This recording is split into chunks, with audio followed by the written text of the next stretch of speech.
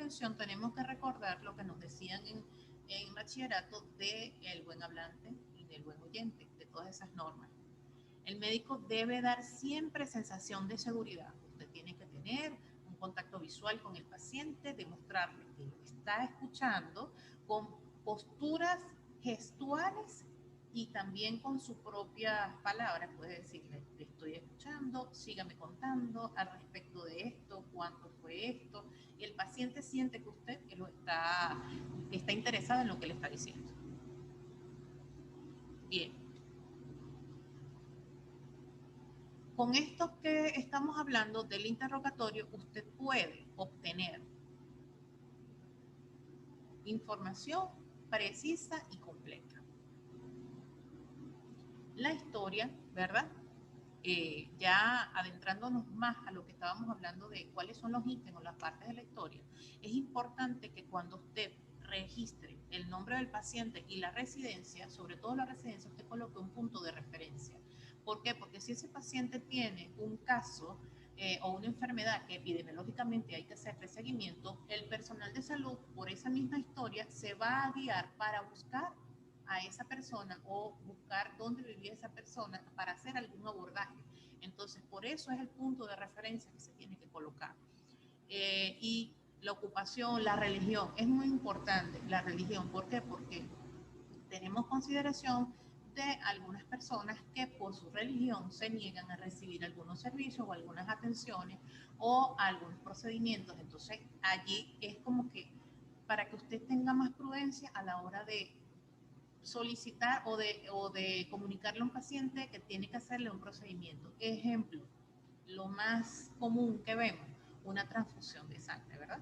Una transfusión de derivados plaquetarios, una transfusión de derivados hemáticos que algunas personas, por su religión, les prohíbe recibir sangre. Entonces, usted debe, antes que cuando usted va a hacer eso, tenga la pericia de siempre saber que el paciente no pertenece a la religión que prohíbe este tipo de procedimiento. El motivo de consulta. El motivo de consulta está constituido por lo que el paciente le está diciendo a usted, las quejas que el paciente expresa y que él le dice con sus propias palabras. ¿Bien? Cuando el paciente no está claro o no llega consciente totalmente, entonces usted ingresa, hace su examen médico y trata de interrogar al familiar a quien lo llevó y ahí entonces llenaría usted el ítem de motivo de consulta. ¿Sí? Más adelante vamos a dar un ejemplo. La enfermedad actual es una redacción ordenada, cronológica y precisa de todo lo que el paciente presentó antes de que llegara a su consulta, sobre el padecimiento que en este momento tiene. ¿Bien? Ella va a depender de lo que el paciente presente y no todas las enfermedades actuales tienen el mismo desarrollo o la misma secuencia. Sin embargo, tenemos una estructura que podemos ir cambiando. Hay enfermedades agudas, hay enfermedades crónicas y esto es importante tenerlos en cuenta a la hora de redactar una enfermedad actual. ¿Okay?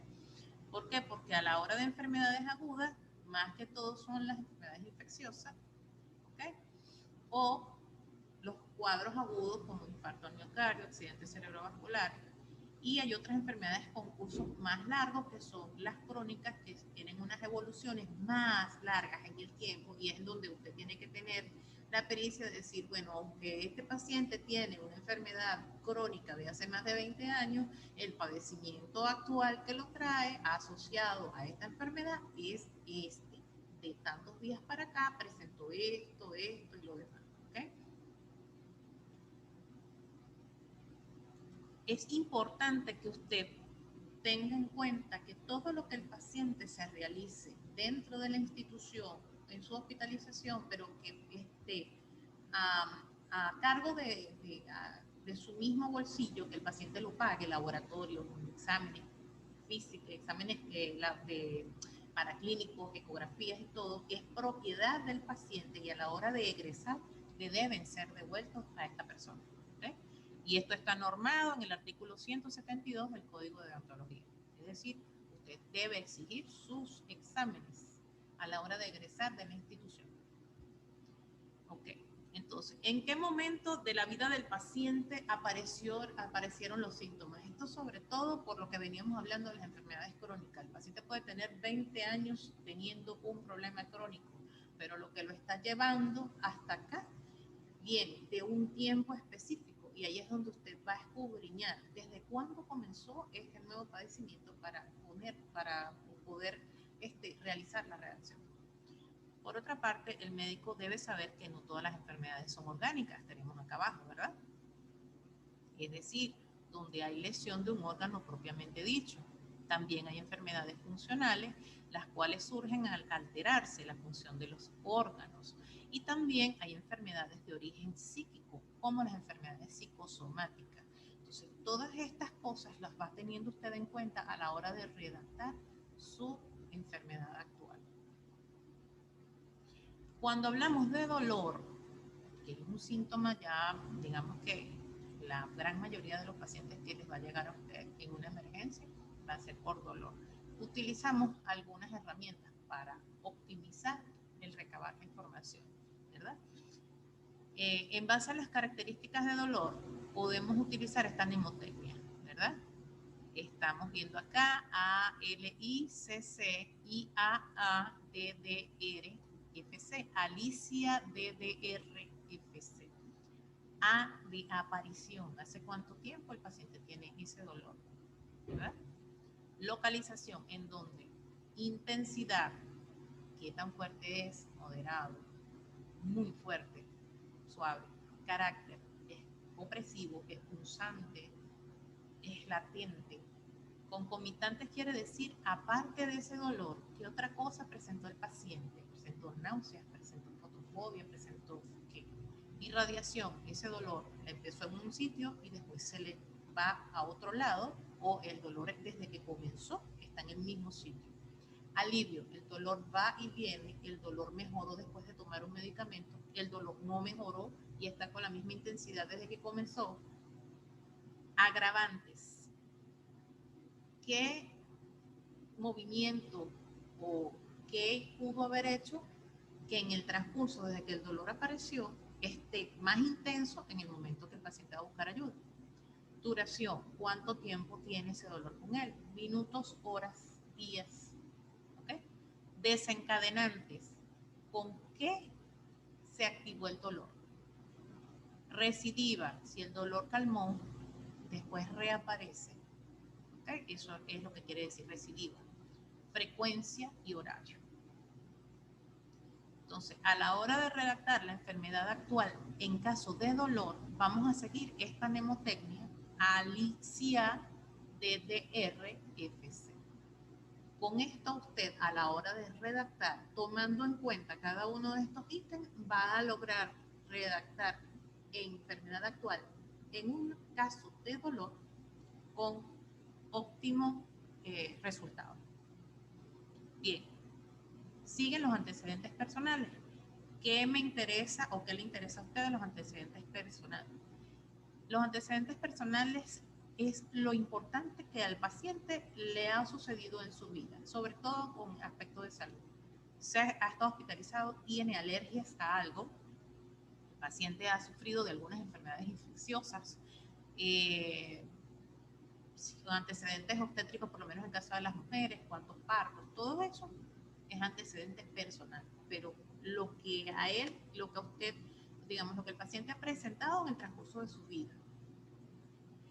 Y hay unos antecedentes que son antecedentes familiares, que son los antecedentes que a uno le interesan de la familia, digamos del grupo familiar, de los más cercanos al paciente, mamá, papá, hermanos,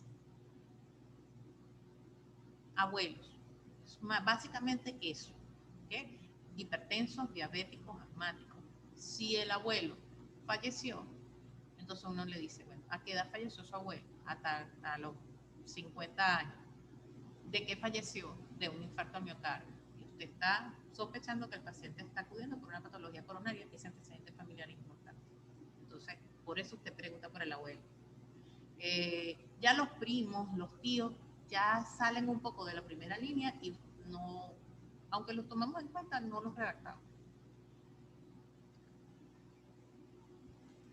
Importante esto que dice esta muñequita aquí. ¿Sabías que a la hora de escribir la historia de hospitalización solo puedes utilizar un color de bolígrafo? Si usted está escribiendo una historia, usted puede trabajar con bolígrafo negro o con bolígrafo azul. El bolígrafo negro lo tenemos los médicos para llenar sobre todo documentos legales, actas de nacimiento, actas de defunción, fichas clínicas de reporte de caso. Sobre todo eso va con bolígrafo negro. Siempre tienes que tener un bolígrafo negro en tu cartuchera.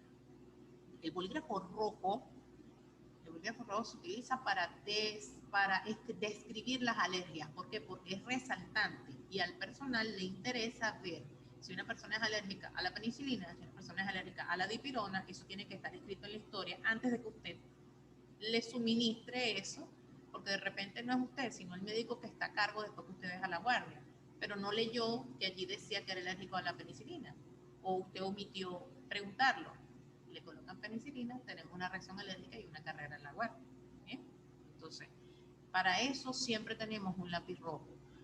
Y si usted comenzó a desarrollar su historia con lápiz azul, pues continúe con lápiz azul, termínela. Las evoluciones sí pueden tener otro color, las órdenes médicas pues sí pueden tener otro color, pero a la hora de la historia, de lo que es la redacción de la historia clínica, en todas sus partes, en el momento del ingreso, tiene que ser con un solo color, es ya por respeto. Nunca se debe utilizar resaltador en una historia, en ninguna parte, ¿no? Porque ya eso no es una alteración del documento. Entonces, por ninguna circunstancia en la historia, ni en las evoluciones, ni en las órdenes médicas, usted vaya a usar resaltadores en la redacción o en la redacción que ya se haya hecho. Bien. En la historia integral de los centros de atención primaria se utiliza, además del lápiz de grafito, para recoger los antecedentes y para recoger los hábitos psicobiológicos, un lápiz bicolor, rojo y azul en la hoja frontal. Antecedentes familiares. Como ya veníamos hablando de los antecedentes familiares, enfatizo, si está enfermo, usted recaba. Ejemplo, estamos hablando mamá, papá, abuelos, hermanos, ¿verdad? 5 hermanos vivos, ninguno sufre de nada, le dice el paciente, usted coloca aparentemente sanos. O no, bueno, tengo 6 hermanos, una es diabética, 3 hipertensos y los demás no sufren de nada, entonces usted coloca tantos hermanos vivos, 2 hermanos hipertensos, 2 hermanos diabéticos, tantos hermanos aparentemente sanos. ¿Okay? Madre vive, aparentemente sana, padre fallecido, 50 años, hipertensión arterial, bueno, no sabe una causa de muerte es un infarto de miocardio, por ejemplo. Eso, de esa manera redactamos esa parte. Hábito psicobiológico. El hábito psicobiológico quiere decir los aspectos importantes de la vida del paciente, pero que pueden tener relación a drogas, que no necesariamente son alucinógenas, sino drogas que quizás son más permisivas, como el café y el tabaco, pero que su cuantía y su periodicidad influyen en la salud del paciente. Entonces, ¿cómo usted recaba eso? Hábitos psicobiológicos, tabáquicos, 2 puntos. ¿Consume o no consume tabaco? Entonces, niega tabáquicos si no consume tabaco. Si consume tabaco, ojo, el tabaco combustionado, que es lo que nosotros normalmente conocemos